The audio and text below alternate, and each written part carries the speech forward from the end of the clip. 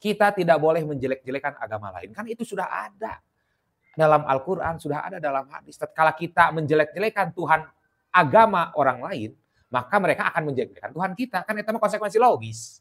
Stop memberi panggung kepada mu'allaf. Nah, jika ada orang bodoh, kemudian kita berikan mic, kita berikan panggung, maka apa yang akan dia bicarakan? Otomatis kebodohannya. Sok dah bingung, saya kudu bicara apa?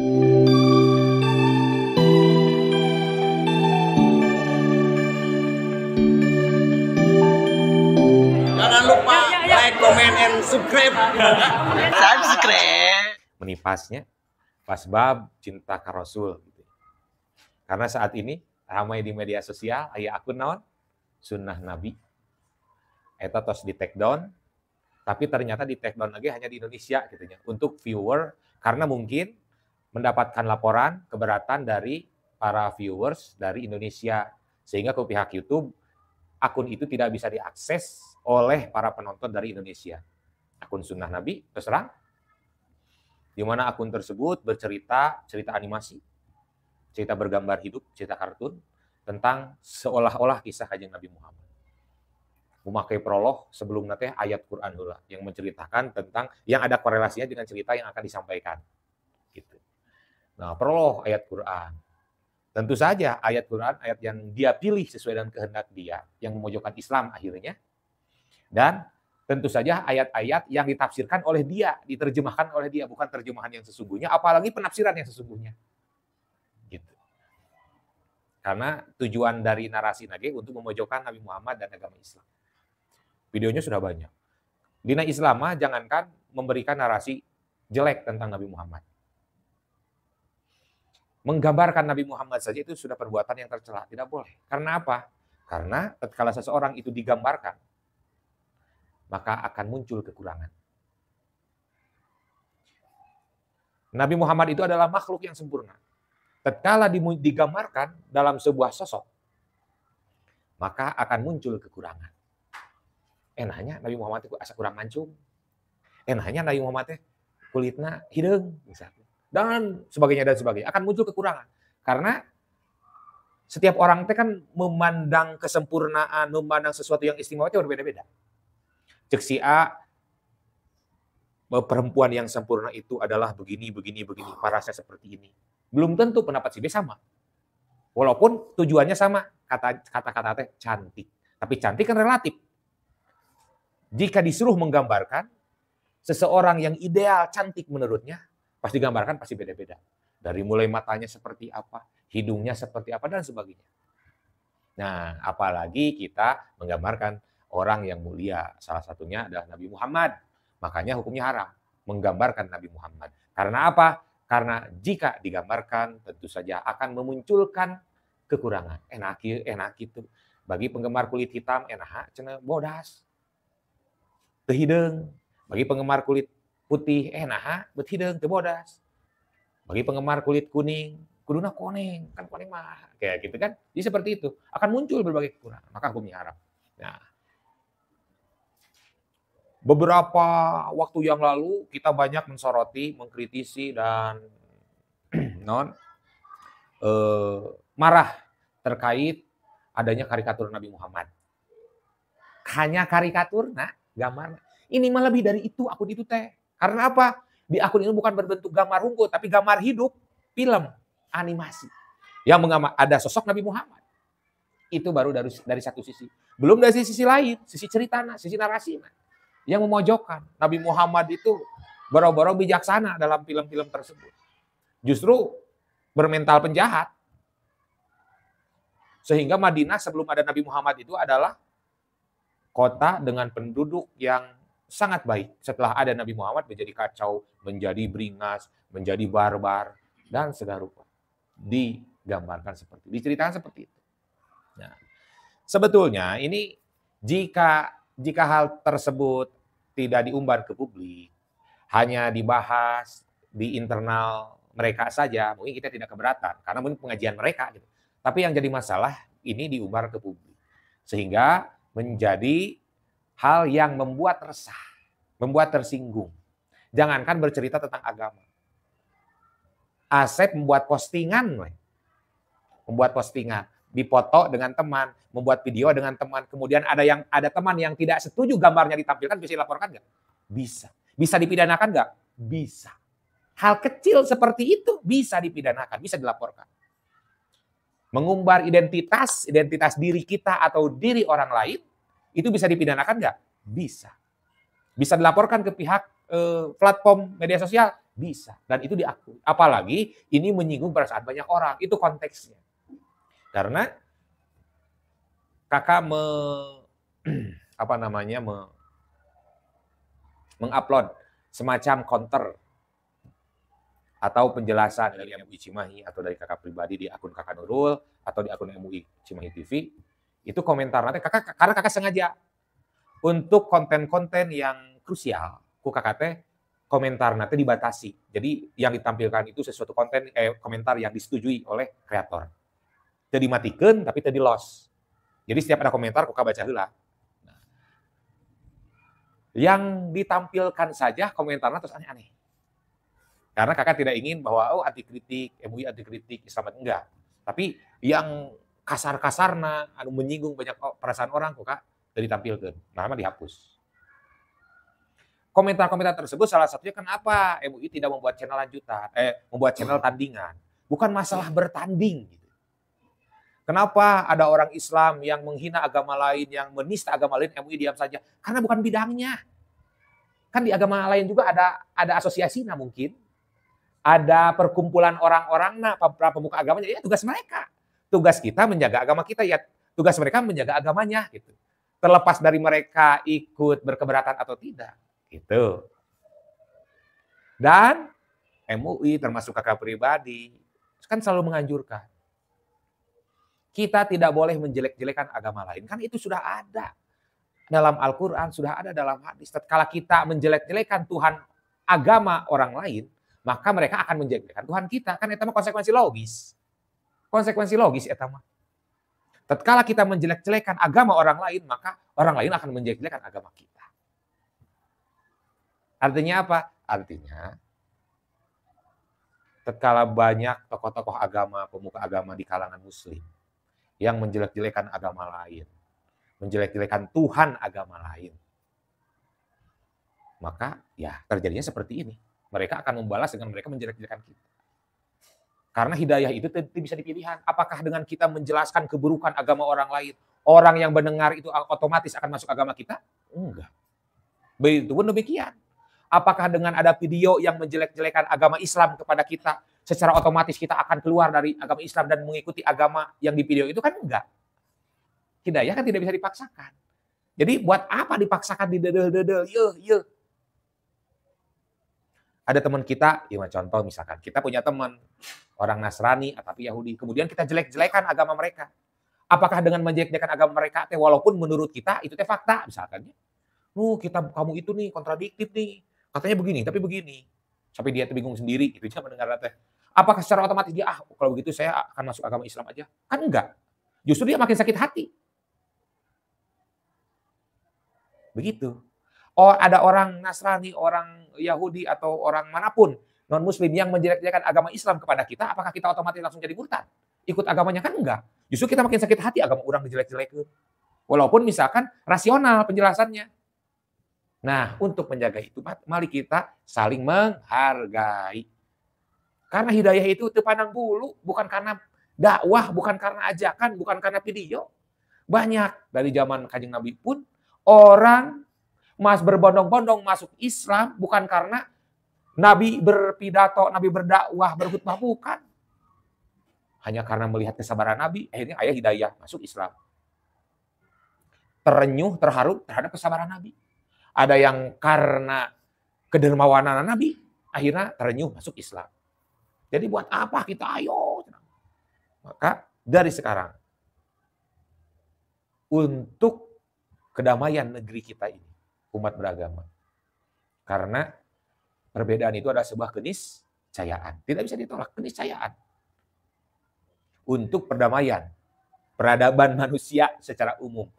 Stop menjelek-jelekan agama, suku, budaya, golongan, ras. Tidak ada gunanya. Tidak ada gunanya. Terpenting. Tugas kita sebagai mukmin mempertebal iman kita. Memperluas keilmuan agama kita. Sudah cukup. Kemudian mengamalkan sesuai dengan syariat yang telah kita pelajari. Itu beres. Tidak usah memikirkan orang lain, agama lain. Dengan begitu pun alhamdulillah MUI Cimahi itu semenjak kepemimpinan Buya 5 tahun, kurang lebih 6 tahun sampai sekarang itu. Sudah lebih dari 180 orang mu'alaf yang masuk Islam. Tanpa kita ajak, tanpa kita ceramahi, tanpa kita jajarowokan, mereka sekonyong-konyong datang ke MUI. Saya ingin masuk Islam. Kemudian kita tanya, apa motivasinya? Apakah ada paksaan? Atau ada faktor dorongan uang? Atau karena ada faktor misalkan ingin menikah? Mereka curhat. Pertama kali saya masuk Islam karena ini, karena ini, karena ini. Alhamdulillah. Tanpa kita harus jajarowokan pun, ada orang banyak terharu. Ayahku karena ngadangu suara adan. Padahal adan itu dari satu hari itu 5 kali dikumandangkan. Bukannya di satu masjid. Tiap masjid pas aku dia pun mungkin sudah berjuta kali mendengar itu. Tapi tatkala datang hidayah, ada satu momen dia mendengar adzan di satu masjid langsung terenyuh. Kan aneh. Artinya hidayah pilih-pilih. Hidayah mah bisa terjadi kapan saja, di mana saja, kepada siapa saja. Pilihan Allah. Tidak usah orang jujur. Stop menjelek-jelekan agama lain. Kita bersyukur ada orang masuk agama Islam. Akan tetapi cara mengajak orang lain masuk agama Islam bukan dengan menjelek-jelekan agama orang lain. Sepakat? Seperti itu. Ya, yang penting kita berbuat baik, beribadah, insya Allah hidayah Allah itu turun kepada orang yang dia kehendaki. Innaka la tahdi man ahbabta walakinallaha yahdi man yasha. Sesungguhnya Allah tidak akan memberikan hidayah kepada orang yang kamu cintai, wahai Muhammad. Tetapi Allah akan memberikan hidayah kepada orang yang dia kehendaki. Siapa saja, di mana saja, siapapun orangnya, dengan cara apapun. Tidak usah kita menjelek-jelekan agama orang lain. Salah satu caranya, stop memberi panggung kepada mu'alaf. Ada orang mu'alaf, baru masuk Islam. Masuk Islamnya juga baru sehari, 2 hari, 3 hari, 1 bulan, 2 bulan, 1 tahun. Langsung kita beri panggung, kita suruh ceramah. Kita saksikan tausiah dari al-ustadz, anu. Udah tahu dia mu'alaf.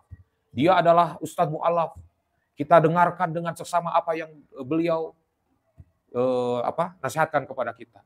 Udah tahu mu'alaf. Ari mu'alaf kan namun jika strata pendidikan kelas TK nih. Quran ge karek Iqra meureun.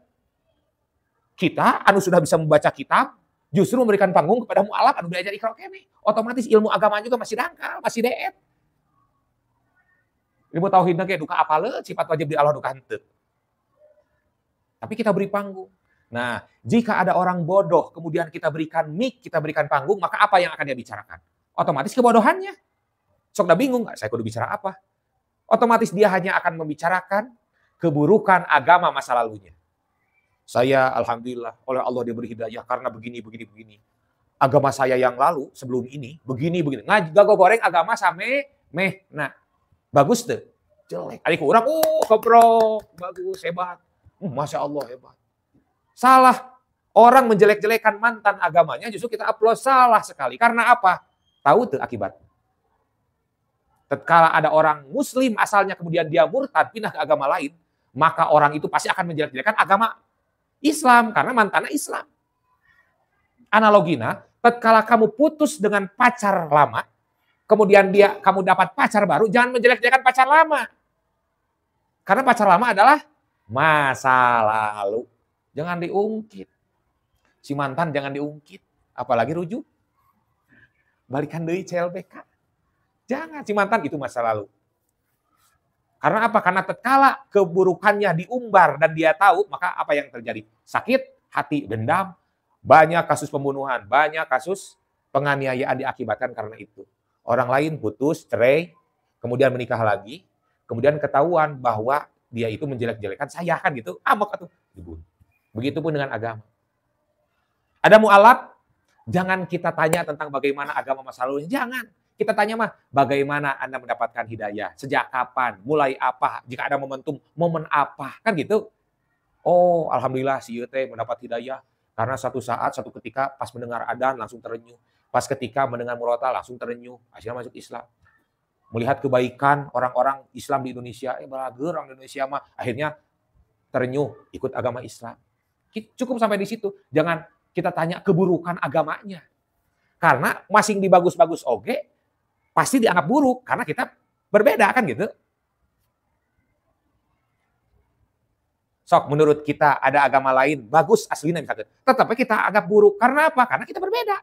Pasti kita menganggap agama Islam itu agama yang paling bagus menurut agama penganut Islam kan gitu. Kristen adalah agama yang paling baik menurut penganut Kristen. Hindu begitu pun sama. Inna dina indallahil Islam.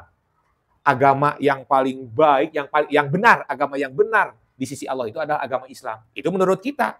Karena kita mengimani Al-Quran. Kan agama lain tidak mengimani Al-Quran. Jadi pasti tidak akan percaya. Karena mereka menganggap agama mereka lebih baik kan gitu. Lalu apakah itu harus dipaksakan, dipertentangkan? Dan mual ketemu akan terjadi peperangan. Perang dunia ke-1, kedua. Utamanya karena apa? Karena keyakinan. Sebelum agama perang dunia ke-1, kedua, sebelumnya ada perang salib dan sebagainya. Karena apa? Karena keyakinan. Ini tidak bisa dipaksakan. Paham ya maksud kakak? Stop. Ustaz anu viral. Tong diunang. Oh, baca Al-Qur'an lagi jeung urang hade kene urang panjang pondok lagi pabelelo kene. Ieu teh viral, Ustaz anu cenah. Aya ustadah anu mantan biarawati. Urang dionang buat apa? Dangukeun Al-Qur'an lagi jeung urang bener kene urang tajwidna ngaco kene. Apalagi Qur'annya, apalagi hadisnya, apalagi ilmu agamanya jago kene urang. Kamu mah dari mulai TK, SD, SMP, SMA ada pelajaran pendidikan agama Islam. Sejelek-jeleknya kamu dengan sebagus-bagusnya dia bagus kene kamu. Jadi jangan diundang. Kalau mau diundang, tanya pengalaman spiritualnya. Tanya pengalaman spiritualnya apa. Jangan ditanya tentang agama masa lalunya. Kan di orang kayak nomor katanya Saifuddin Ibrahim. So, kalian mendengar Saifuddin Ibrahim, apakah tidak bergejolak hati kamu? Bergejolak, mau goreng Islam. Oh, berarti orang Nasrani oge akan tersinggung, akan jadi hati tatkala ada mantan Nasrani yang masuk ke dalam Islam kemudian menjelek-jelekan agamanya kan gitu. Kan kudu teh ras ka urang, tengah ngerasa mah. Kalau kamu dipukul sakit berarti kamu jangan memukul orang lain karena orang lain akan sama dipukul teh sakit. Paham? Seperti itu. Ya, dalam rangka membangkitkan cinta kita kepada Rasulullah SAW. Salah satu caranya mereka akan mengkampanyekan, laporkan kepada YouTube. Sudah dilaporkan terserah ku YouTube mau di take down atau tidak. Dan akun itu bukan satu-satunya akun karena akun utamanya adalah Nabi asli berbahasa Inggris di Amerika. Jadi kan di YouTube itu kita bisa membuat channel banyak. Dari satu email kita bisa membuat channel banyak. Satu email misalkan. Nah, akun aslinya itu Nabi asli. Kemudian ada akun tambahan. Makanya mau diklik akun Nabi asli dina keteranganna dina about us bakal aya mun 2 mun 3 channel lainnya yang dimiliki oleh ini dalam satu akun itu. Nah, akun aslinya Nabi asli. Dari Nabi asli itu ada akun sunnah Nabi, kita bahasa Indonesia nata. Ada akun Nabi asli Rusia, berbahasa Rusia. Filmnya sama, kan cuma dubbing bahasa Indonesia. Ada akun Nabi asli Spanyol, ada Nabi asli Hindi, berbahasa India. Akun asli utamanya adalah Nabi asli. Jadi Nabi asli bahasa Inggris. Jadinya baru ada 4 akun bawahnya. Nah, yang di take down itu baru sunnah Nabi untuk Indonesia. Nah, bisa saja kita ngeklik Nabi asli, kemudian kita laporkan. Terang cara melaporkan apa? Anu gambar bendera gini kan. Laporkan channel. Mun saurang 2 orang ke YouTube tidak akan ditanggapi karena tidak akan mengganggu algoritma. Jika yang melaporkannya banyak seperti akun sunnah Nabi, dilaporkannya banyak. Setiap orang mengklik laporan akhirnya di YouTube dianggap bahwa oh berarti channel ini telah melanggar pedoman komunitas. Karena banyak orang melaporkan, akhirnya di take down. Tapi di take down-nya pun hanya untuk Indonesia saja. Karena yang melaporkan hanya di Indonesia. Jika lokasi kita di dalam YouTube, menonton YouTube itu dipindahkan tidak di Indonesia ke negara lain, bakal aja di sunnah Nabi. Tapi nggak apa-apa lah. Yang penting kita memberi ikhtiar, bukan berarti mau menjelek-jelekan agama lain, tapi kita mau melindungi agama kita. Terserah mereka buat channel untuk konsumsinya, tapi kita menjaga generasi penerus agama kita dari hal-hal yang tidak diinginkan lah seperti itu. Nah, jadi cinta ke Rasul itu salah satunya. Jangan menganggap bahwa itu iseng-isengan itu bukan. Itu salah satu perwujudan kita mencintai Rasulullah Sallallahu Alaihi Wasallam. Wa mahabbatullah wa rasulih. Cinta kepada Allah dan Rasulnya. Sebagian dari apa? Sebagian dari ketaatan hati.